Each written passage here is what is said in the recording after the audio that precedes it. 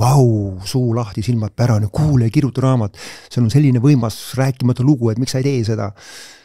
Ja siis hakkaski see nagu mõte vaikselt nagu kerima sees, et tegelikult meie enda ümber, siin meie enda Eesti ümber ja läbi Eesti ja kõik on toimunud selline tohutu geopoliitiline shift maailmas. Ja sellest võiks ju rääkida, et tegelikult me peaks uhkust tundma, mis siin meie Eesti ümber on toimunud.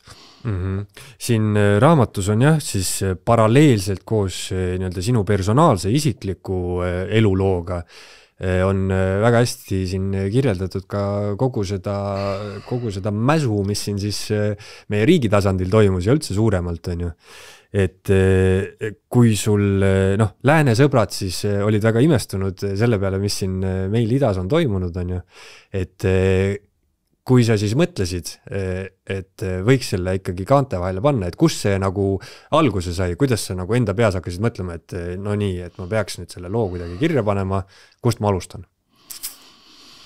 Jaa, see oli minu jaoks ka siis päris keeruline nagu mõte, kuna mul on üks sõber siin, kes siis on mitmed raamatuid kirjutanud, siis tema soovitas ja tema abil ma hakkasin panema mingisugused episoode, mis juhtusid. Hakkasin meelde tuletama. Nagu ma mainisin sulle ennist, et kui ma hakkasin mõtlema selle raamatu peale, siis raamat peab olema mingisugune sinna 300 lehekülje alla või veidi üle või ta ei tohi liiga õhuke olla, liiga paks olla.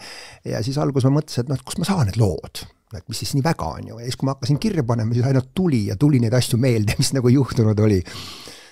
Naljaga pooleks meeldibki seda nagu siis nimetada, see on selline kääbiku seiklused 7 maa ja mere taga, et see on nagu triloogia, et see on tegelikult lugusid ja põnevaid seiklusi nagu nii palju, mis meelde tulid ja siis selle raamatu, ütleme, see aeg, mida ma kirjeldan siin raamatus, ma arvan, 3 lugudest on mul nagu veel nüüd pärast üles kirjutatud, mis tegelikult juhtus.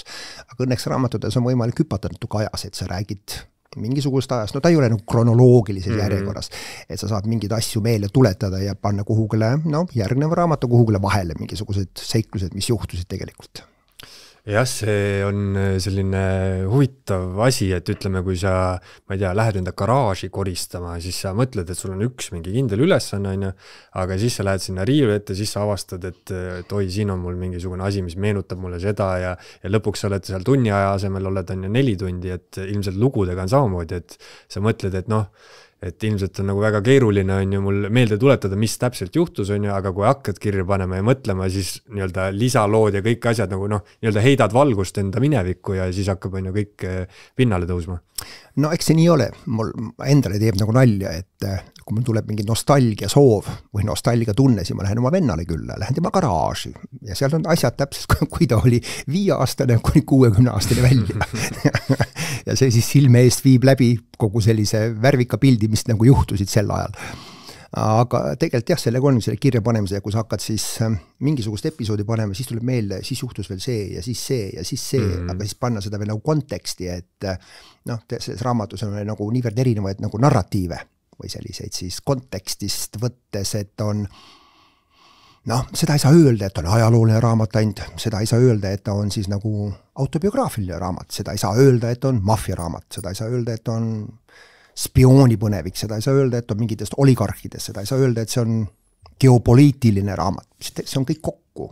See on kõik kokku läbi ühe inimeste silmade, siis, mille mina olen läbi elanud selles ajastus. Eesti esu.